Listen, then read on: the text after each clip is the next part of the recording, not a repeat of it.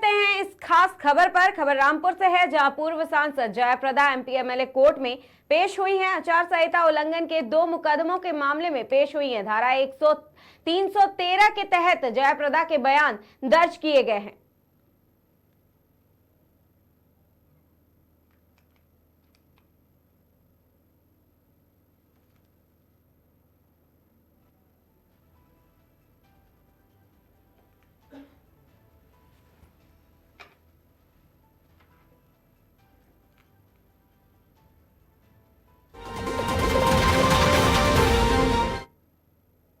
रुक करते हैं इस खास खबर पर। खबर सिद्धार्थनगर से है, जहां प्राची सिंह पुलिस अधीक्षक सिद्धार्थनगर द्वारा जनपद सिद्धार्थनगर के पुलिस लाइन परिसर स्थित नवीनीकृत पुलिस कैफे का उद्घाटन किया गया है। और इस दौरान सिद्धार्थ अपर पुलिस अधीक्षक सिद्धार्थनगर, जयराम क्षेत्राधिकारी भूतनाथ गुप्ता, प्रतिसार निरीक्षक पुलिस लाइन सहित अन्य अधिकारी कर्मचारीगण मौजूद रहे।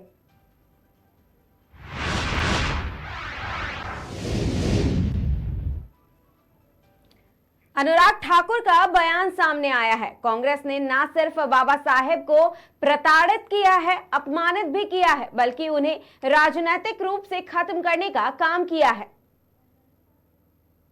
जब लोगों को जानकारी है, जो हमारे सीनियर युवाओं को मैं बताना चाहता हूं, कांग्रेस वो पार्टी है जिसने अंबेडकर जी को अपमानित भी किया, प्रताड़ित भी किया, पॉलिटिकल पार्टी से बाहर भी किया और पॉलिटिक्स से संन्यास लेने पे मजबूर भी किया। ये वही कांग्रेस पार्टी है जिसने 60 साल राज किया, लेकिन बाबा साहब अंबेडकर को कोई सम्मान नहीं दिया।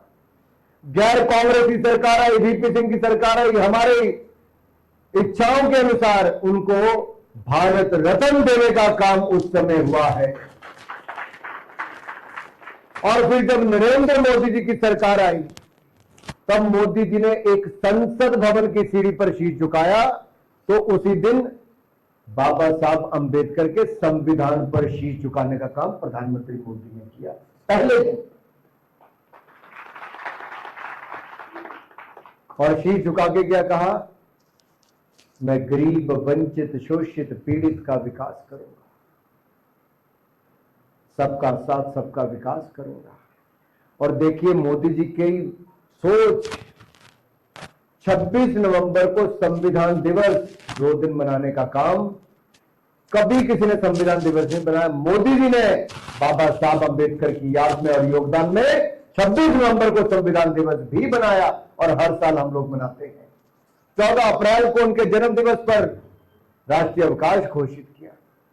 बाबा साहब अंबेडकर की जन्मभूमि, दीक्षा भूमि, चैत्य भूमि, शिक्षा भूमि और महापरिनिर्वाण भूमि, इन 5 स्थानों पर पंचतीर्थ बनाया है तो नरेंद्र मोदी जी की सरकार ने बनाया। मेरे भाइयों का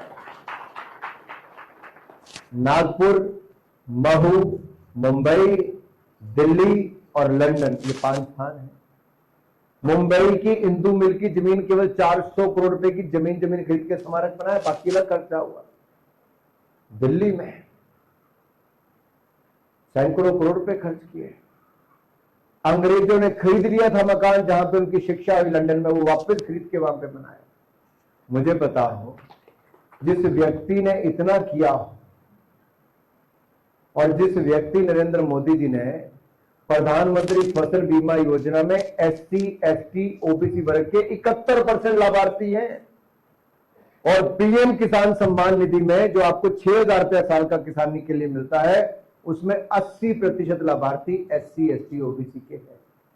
जो पक्के मकान मिलते हैं उसमें 58% लाभार्थी SC और ST के हैं।